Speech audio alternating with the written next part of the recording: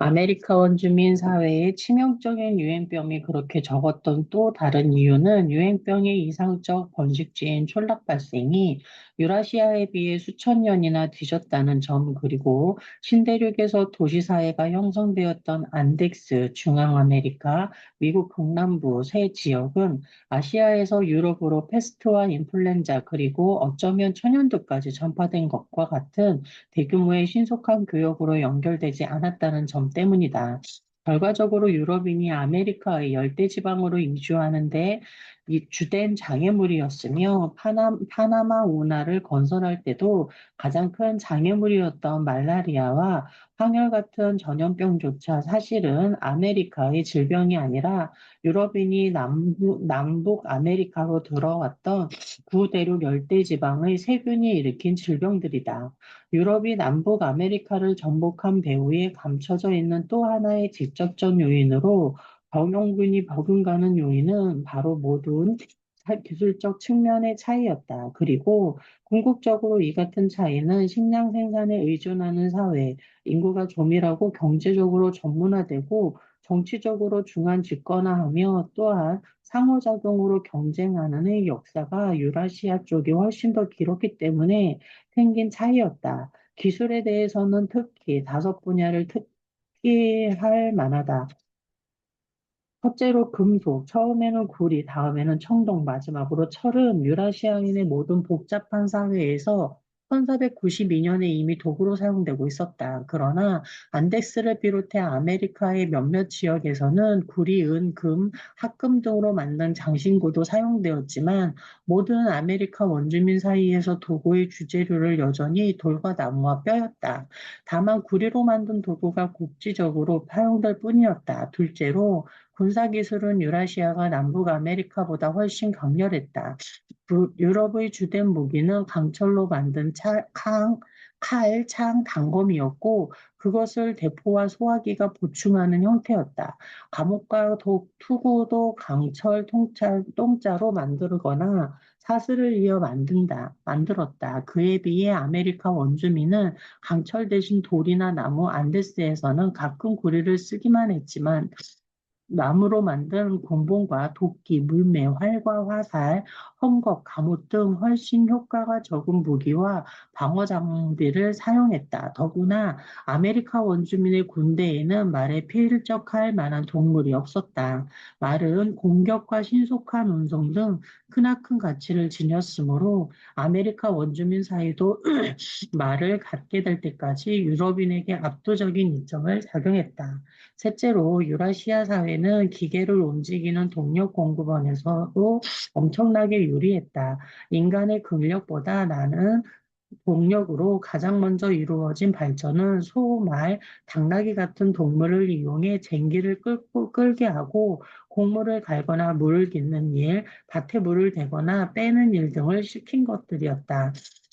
수차는 로마 시대에 처음 나타났다가 중세에 이르러 풍차와 조력을 이용한 방화와 더불어 급격히 늘어났다. 톱니바퀴로 만든 장치에 연결해 수력이나 풍력을 이용하는 이 같은 시설들은 곡물을 갈고 물을 움직이는 데 사용되었을 뿐 아니라 설탕을 추출하는 일, 용광로에 풀물을 작용하는 일, 광석을 분쇄하는 일, 종이를 만드는 일, 돌을 연마하는 일, 기름을 짜는 일, 소금을 만드는 일, 천을 짜는 일, 나무를 켜는 일 등 온갖 재료 작업에 사용되었다. 흔히 산업혁명이 18세기 영국에서 전기력을 이용했을 때 시작되었다고 보는 것은 자의적 판단일 뿐이고, 사실 산업혁명은 수력과 풍력을 기반으로 중세 유럽의 많은 지역에서 이미 시작되었다. 1492년 당시 유라시아인에서 동물, 물, 바람의 힘을 이용한 그 모든 작업을 남북 아메리카에서는 여전히 인간의 근력으로만 해냈다. 유라시아에서 바퀴, 물레바퀴, 톱니바퀴 등을 포함한 개념은 동력 변화에 이용되기 훨씬 전부터 대부분 육상 운송에 이용되었다. 바퀴는 동물이 끄는 탈 것뿐만 아니라 사람이 끄는 외바퀴 손수레에도 이용되었다. 그 덕분에 여전히 인간의 근력만 사용하면서도 한 명이든 여러 명이든 훨씬 더 무거운 짐을 옮길 수 있었다. 유라시아의 바퀴는 토기 제작에도 이용되고 시계 속에도 들어갔다. 그러나 남북 아메리카에서는 바퀴를 이 같은 용도로 이용하지 못했다. 다만 멕시코의 도자기 장난감에서 그 존재가 입증될 뿐이다. 마지막 남은 기술 분야는 해상 운송이다. 유라시아의 많은 사회가 대형 범선을 만들어냈고 그중 일부는 역풍을 받으면서도 항해할 수 있었으며 바다를 건널 수도 있었다. 또 육군의 두 점 사이의 각도나 태양, 달, 별 등의 고도를 재어 위도도 경도를 구하는 데 쓰는 기계, 자석 나침반, 백고리의 기, 대토 등을 갖추었다. 수용량, 속도, 조종성, 내항성 등에서 유라시아의 배들은 신대륙에서 가장 발전된 사회, 즉 안데스와 메소아메리카 사이의 교역을 담당하던 뗏목에 비해 월등히 우수했다. 이 뗏목들은 태평양 연안을 따라 순풍으로 받아들여야만 항해할 수 있었다. 페루를 향해 첫 항해를 하던 피사로의 배는 그런 뗏목을 간단히 따라잡아 납포할 수 있었다. 유라시아 사회의 아메리카 원주민 사회는 경영군과 기술뿐 아니라 정치 조직에서도 차이가 났다. 중세 말기나 르네상스 시대에는 이미 유라시아 대부분 지역이 조직화된 국가의 통치를 받고 있었다. 그중 함스부르크 제국, 오스만 제국, 중국의 여러 국가, 인도의 무굴 제국, 13세기의 절정기를 맞은 몽골 제국 등은 다른 국가들을 정복 합병함으로써 여러 언어를 사용하는 거대한 복합 국가로 성장했다. 따라서 일반적으로 제국이라 부른다. 유라시아의 많은 국가와 제국에는 국가를 응집하는 국교가 있어 정치적 지도자를 정당화하고 타국에 대한 전쟁에 찬동하는 일에 한몫했다. 유라시아에 존재하던 부족사회와 무리사회는 북극 지방의 순로, 목축민, 시베리아의 수집체련민, 인도 아륙과 열대 동남아의 수렵채집민 집단 등이 고작이었다. 남북 아메리카에서 아즈텍과 잉카 두 제국이 있었다. 두 국가는 규모, 인구 여러 가지가 사용되었다는 점, 국교 작은 국가들의 정복해 형성되었다는 점 등에서 유라시아의 제국과 비슷했다. 남북 아메리카를 통틀어 유라시아의 많은 국가와 맞먹는 규모로 공공토목공사나 전쟁을 위한 물적, 민적 자원을 동원할 수 있었던 정치적 단위는 두 제국뿐이었다. 반면 유럽에서는 스페인, 포르투갈, 영국, 프랑스, 네덜란드, 스웨덴, 덴마크 7개국이 1492년에서 1666년 아메리카 대륙에 식민지를 건설한 자원을 갖고 있었다. 남부 아메리카의 경우에는 열대 남아메리카 아즈텍 영토 이외에 메소아메리카, 미국 동남부 등지에 아직도 추장사회, 일부는 사실상 작은 국가에 가까웠지만 추장사회가 많이 남아 있었다. 그리고 남북 아메리카의 나머지 지역은 부족 또는 무리사회의 수준으로 조직되어 있었을 뿐이었다. 마지막으로 논의해야 할 직접적 용의는 문자다. 유라시아의 경우에는 대부분 국가에 문자를 하는 관료들이 있고 일부 국가에서는 상당수 일반 대중도 문자를 알고 있었다. 문자는 정치적, 행정, 경제적 교환들을 도왔으며 탐험과 정복의 동기를 부여하고 길잡이가 되었다. 또한 머나먼 시대나 장소에 대한 각종 정보나 사람들의 경험을 알게 해줌으로써 유럽 사회에 힘을 부여했다. 반면 남북 아메리카에서는 문자 사용이 중앙 아메리카의 한 좁은 지역, 그것도 엘리트 계급만 국한되었다. 더구나 잉카 제국은 매듭, 이른바 결승물자를 바탕으로 한 회계 체계와 기억을 돕는 고안물을 사용하긴 했지만 상세한 정보를 전달할 수 있는 문자 수준에는 접근하지 못했다. 토스. 유라시아와 남북 아메리카의 역사적 궤적.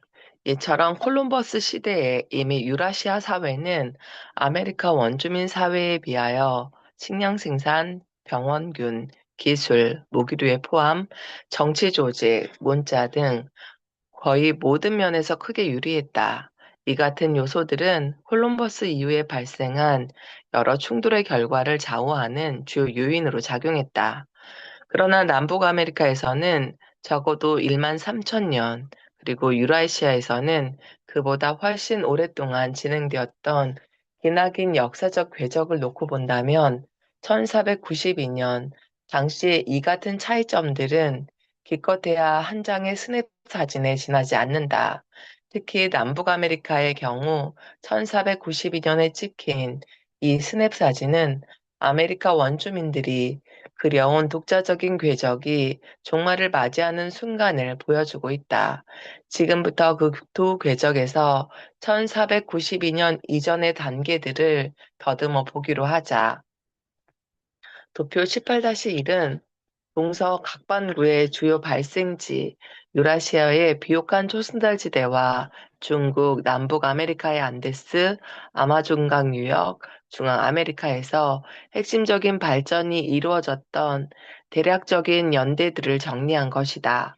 그리고 덜 중요한 발상지이기는 하지만 신대륙의 미국 동부에서 진행되었던 역사의 궤적과 영국의 궤적도 포함시켰다. 영국은 발상지였다고 할 수 없는 곳이지만 비옥한 초승달지대에서 발전한 문물이 얼마나 빨리 전파되었는지를 보여주기 위해 포함시켰다. 역사를 잘 아는 사람이라면 이 도표를 보고 틀림없이 경악할 것이다. 실제의 역사는 대단히 복잡하지만 여기서는 일견 정확해 보이는 몇 개의 연대로 요약되어 있기 때문이다. 사실 이 모든 연대는 하나의 연속성 상에서 몇몇 자의적인 시점들을 선택해 놓았을 뿐이다.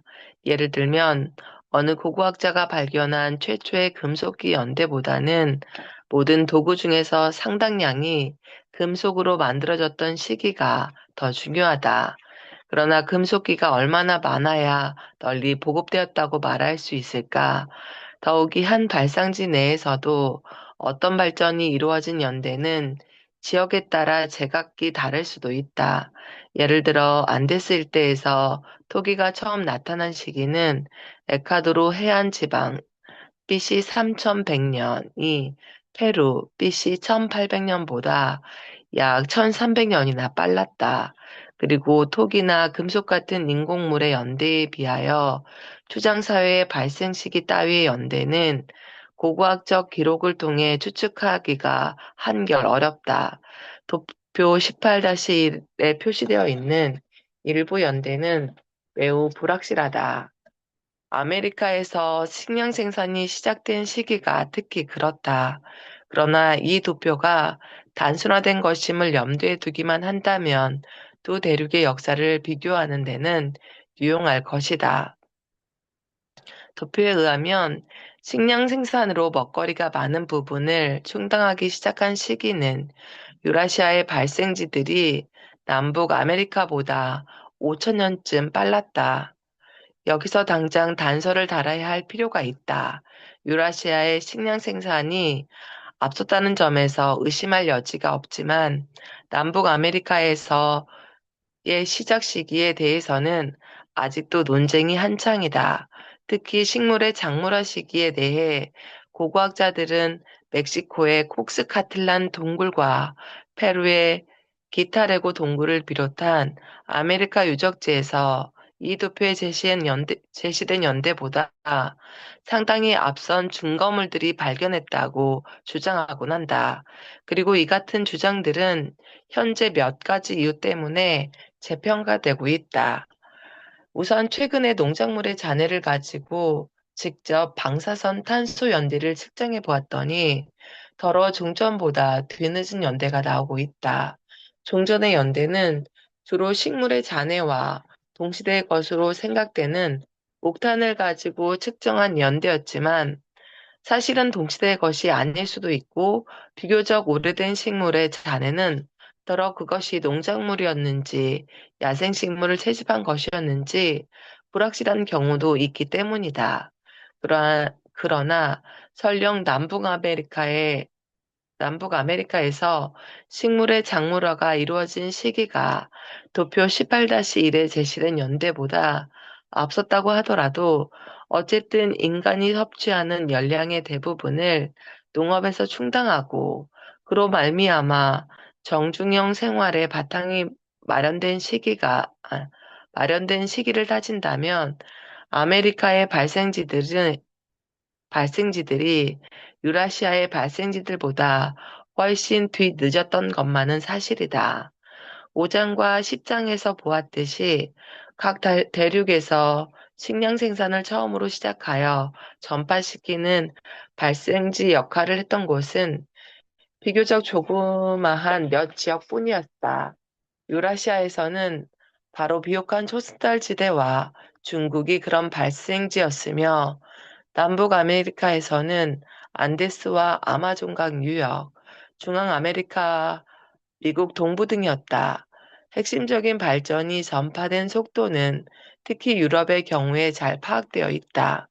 이는 유럽에서 활동하는 고고학자들이 많기 때문이다.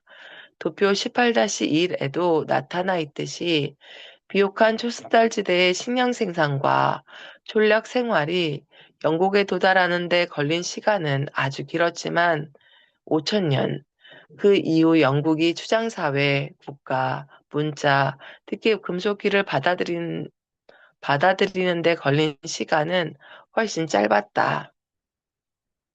구리와 청동으로 만든 최초의 금속기가 널리 보급되기까지는 2000년이 걸렸고, 철기가 널리 보급되기까지는 겨우 250년밖에 안 걸렸다. 이미 정중형 생활을 하는 농경민 사회가 다른 농경민 사회로부터 야금수를 빌려오는 일은 유랑형 생활을 하는 출협체진민 사회가 정중형 농경민들로부터 식량 생산을 빌려오는 또는 농경민들에 의해 교체되는 일보다 훨씬 쉬웠을 것이다. 왜 남북 아메리카는 유라시아에 뒤처졌을까? 모든 핵심적 발전의 궤적에서 왜 남북 아메리카는 예외 없이 유라시아보다 뒤처졌을까? 네 가지 이유가 저절로 떠오른다. 우선 남북 아메리카는 유라시아에 비하여 출발부터 늦었다는 점, 가축화 작물화에 적합한 동식물이 적었다는 점,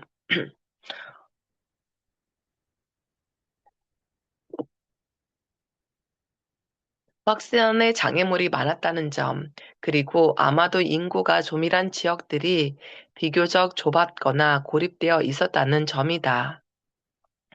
유라시아가 먼저 출발했다는 것은 그곳에서 인류가 살아온 기간이 약 100만 년이므로 남북 아메리카에서 살아온 기간보다 훨씬 길었다는 뜻이다. 일장에서 논의했던 고고학적 증거에 의하면 인류는 겨우 BC 12,000년경 알래스카를 통하여 아메리카에 처음 발을 들여놓았고 BC 11,000년부터 BC 1만 1,000년으로부터 몇백 년 전에 캐나다 만년빙 이남으로 퍼져나갔으며 BC 만년 이전에 남아메리카 최남단을 밟았다.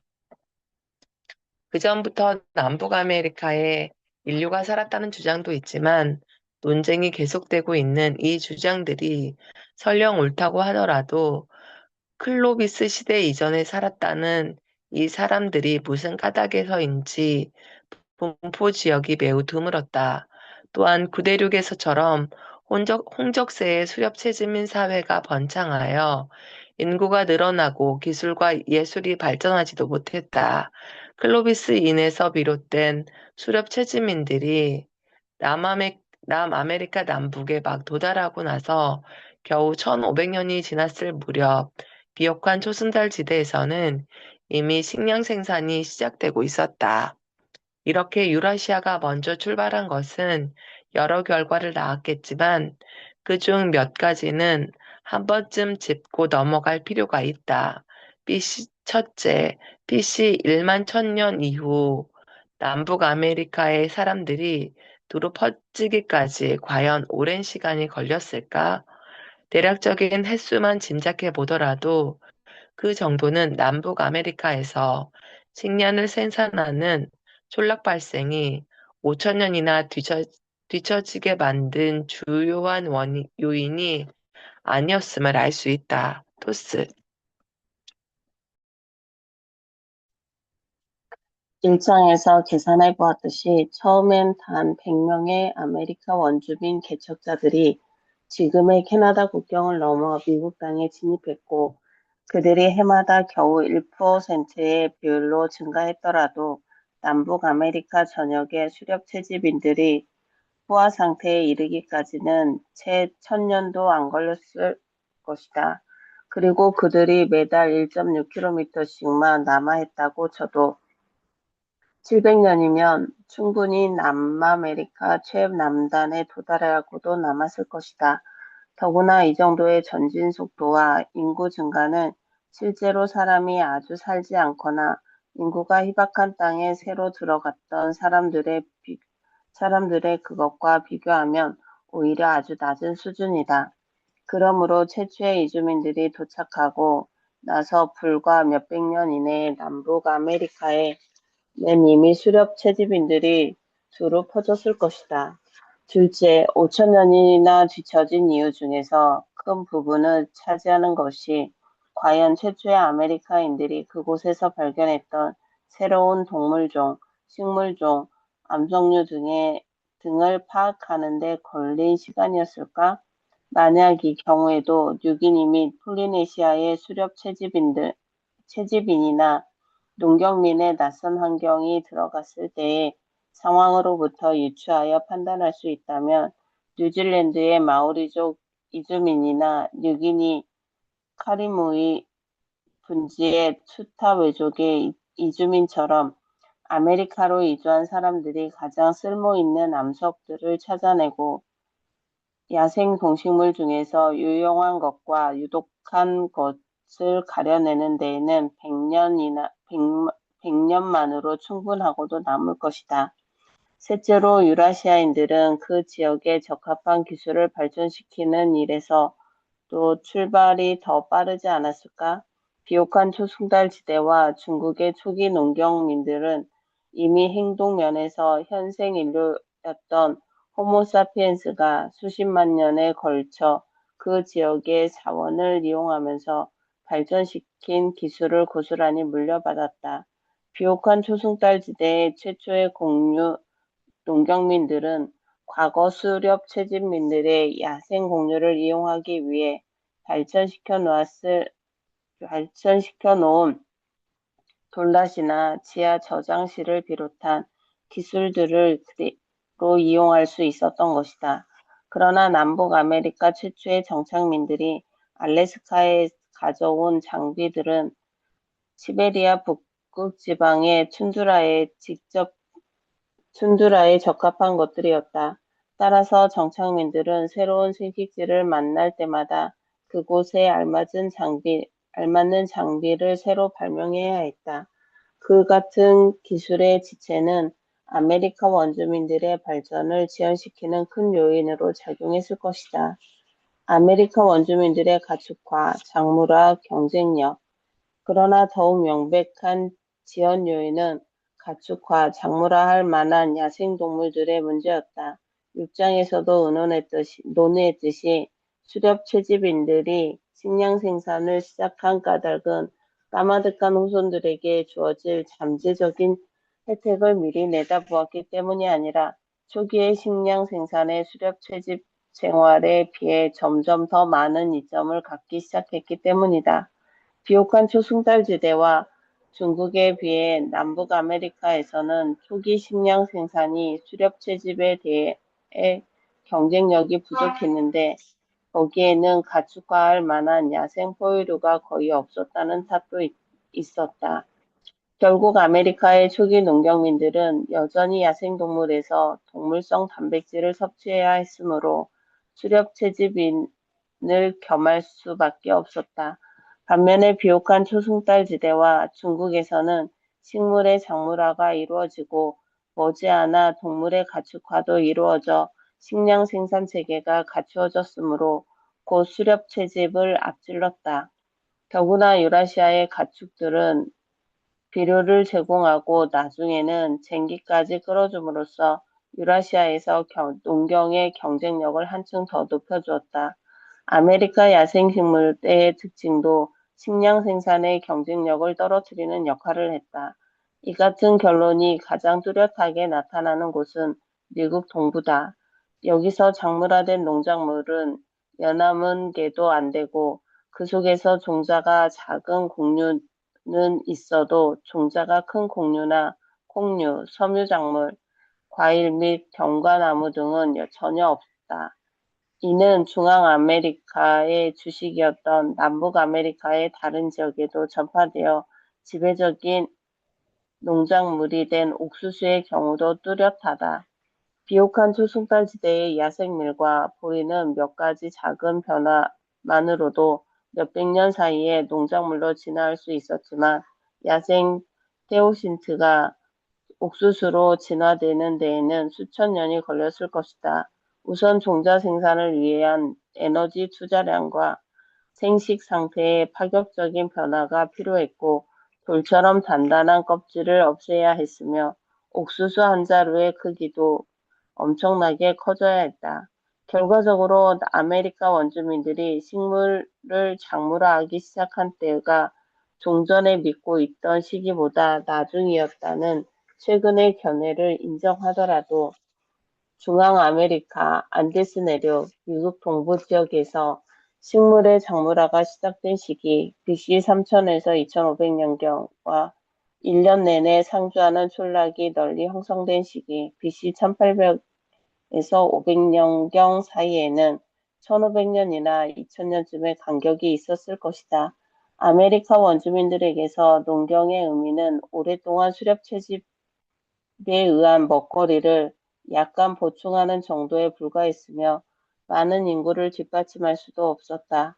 더욱이 아메리카의 식물의 작물화가 시작된 시기를 더 앞당겨 잡았던 종전의 견해가 옳았다면 1500년이나 2000년이 아니라 자그마치 5000년이 지난 후에야 비로소 식량 생산이 촌락 생활을 뒷받침할 수 있게 되었을 것이다.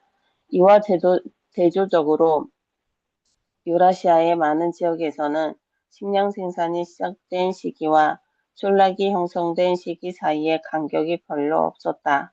동서반구 어느 쪽에서도 농업이 시작되기 전부터 이미 구 대륙의 일본과 비옥한 초승달지대, 신대륙의 에콰도르 해안 지방과 아마존강 유역 등에서 수렵 채집 생활도 촌락을 뒷받침할 수 있을 만큼 생산성이 높았다.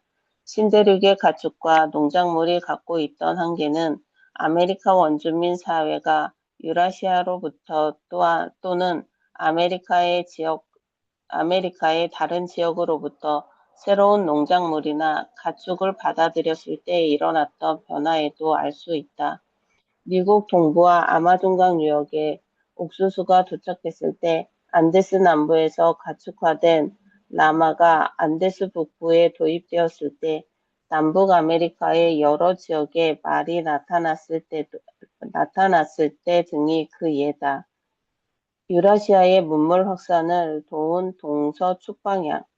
다른 대륙보다 유라시아가 앞선 출발을 하고 야생 동식물과 더불어 그 발전이 더욱 가속화된 또 하나의 이유는 아메리카에 비해 동물, 식물, 아이디어, 기술, 사람 등의 확산이 용이했다는 점이다. 그것은 여러 가지 지리적, 생태적 요인 때문이었다. 아메리카의 남북축과 달리 유라시아의 주요 축은 동서 방향이므로 위도 변화와 그에 따른 환경 변화를 겪지 않고도 각종 문물이 확산될 수 있었다. 유라시아의 동서 너비가 전체적으로 넓은 데 비해 신대륙은 중앙아메리카, 특히 파나마에서 폭이 좁아졌다. 더구나 아메리카는 식량 생산이나 조밀한 인구에 적합하지 않는 지역에서 그 분별이 더욱 심했다. 그러나 생태적 장애물 중에서 파나마 지역은 중앙아메리카 사회와 안데스 및 아마존강 유역 사회 사이를 갈라놓았고 멕시코 부분 사막들은 중앙아메리카와 미국 동남부 및 서남부 사이를 텍사스 주의 건조 지역은 미국 동남부와 서남부 사이를 각각 갈라놓았다. 미국의 태평양 연안 지방은 식량 생산에 적합한데도 사막이나 높은 산에 가로막혀 접근할 수가 없었다. 결과적으로 신대륙의 중심지였던 중앙아메리카, 미국 동부, 안데스 및 아마존강 유역 사이에서는 가축, 문자, 정치적 단위 등의 확산이 이루어지지 못했고 농작물이나 기술의 확산도 제한적이거나 매우 느렸다. 여기까지 하겠습니다.